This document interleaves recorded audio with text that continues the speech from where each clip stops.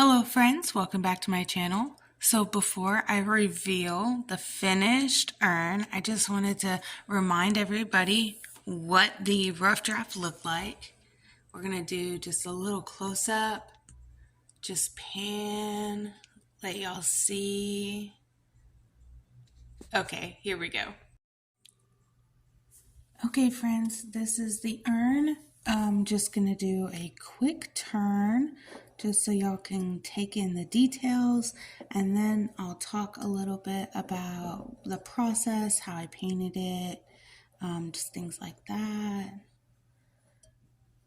Okay. And then that's it.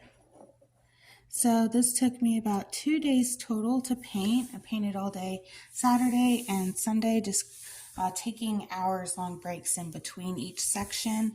I painted the background first, all of those blues and stuff. I punched those colors in all the way around. All the way back here, there's a couple of different coats of different colors that I mixed together to create this effect, and I wanted it to look textured and cloudy and pretty. After that, I did the mountain ranges. So, you know, all of the mountains in the back, including the volcano, are black with some highlights, and then the middle ones are purple. And I like that I chose purple. It looks really good up against the reds, and it also helps to break the background up.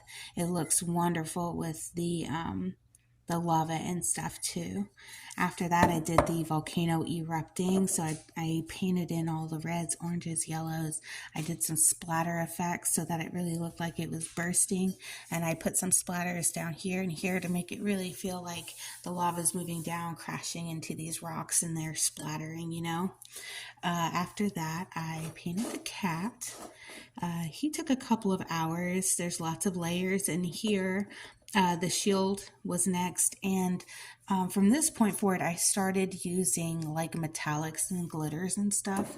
So there's a lot of this metallic red that I would use as a final top coat on top of the matte reds I was putting on this piece, and you know, silver for silver decorations. There's gold and bronze in here. And then I used like this black glitter that I mixed in with the black paint in order to create some effects on some of the spikes in the piece. So yeah, after getting the cat done, and also in order to get like the see-through smoky effects, you just got to water down your acrylic paint, you know.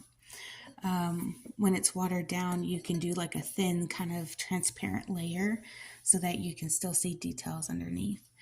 After I did the cat, you know, I did all the flames and stuff. I'm gonna be honest with you, I think I did the flames first and then the cat, but I guess it doesn't really matter in which order I did any of this. The flames were really fun to paint though. I tried to keep everything really loose and flowy. I really wanted it to look like that they were coming out of this cat's paw, almost like a magic power, you know what I mean?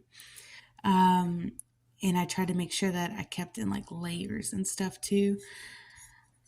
It looks really nice. And then I did like some rim lighting, you know, here on here.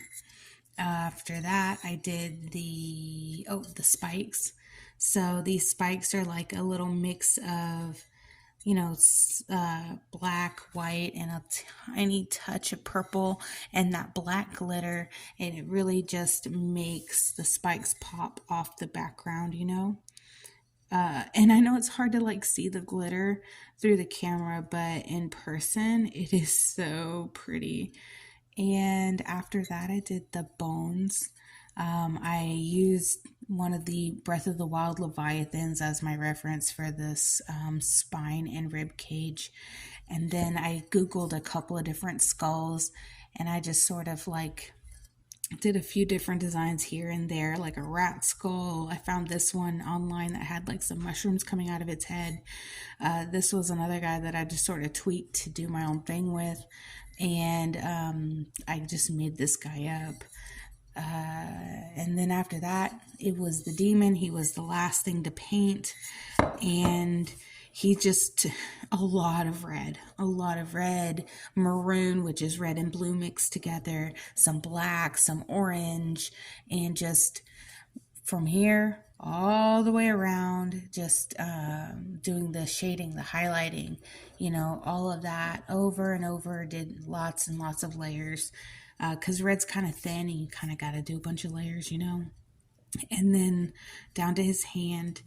And I did his armor pieces. So this is golds and browns.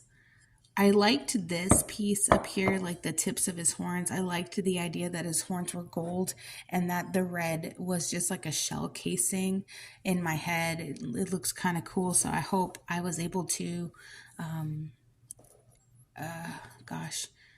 convey that.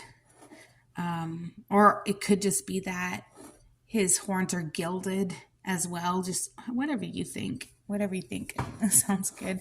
I did add some spit and saliva as he was roaring.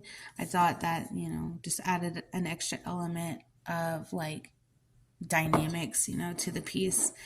I decided to add some greens in with some of these grays, and it's subtle, but it's there. It just makes the grays look it gives it a different type of a color effect, so this gray is different than that gray is different than, these grays, you know what I mean?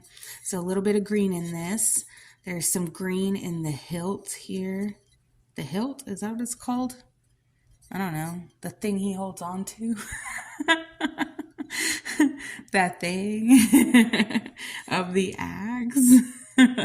There are a little bit of greens in these cat eyes as well. Creating the design for this was really fun. I did like, I don't even know how to explain it, because it's kind of tribal a little bit. I don't know. I just didn't want it to be a solid red, because like this is solid red, you know what I mean? And I didn't want to do that again over here with this axe. I wanted it to look a little more ornate, so I try to give it some depth and just make it look kind of cool. And then there's eyes everywhere. And then like right here, like it's a cat. It's just a little golden cat with his little cat ears. Isn't that cute? Just like little hidden things, right? But yeah, that's the whole piece. There's just little pops of color, little bits of purple, lots of glitter. I did do just like a little coat of red metallic glitter on top of this whole thing here as when I was done painting him. I just wanted him to look like sleek and wet, you know what I mean? So yeah, I think it turned out really, really good. I coated the whole thing in polyurethane.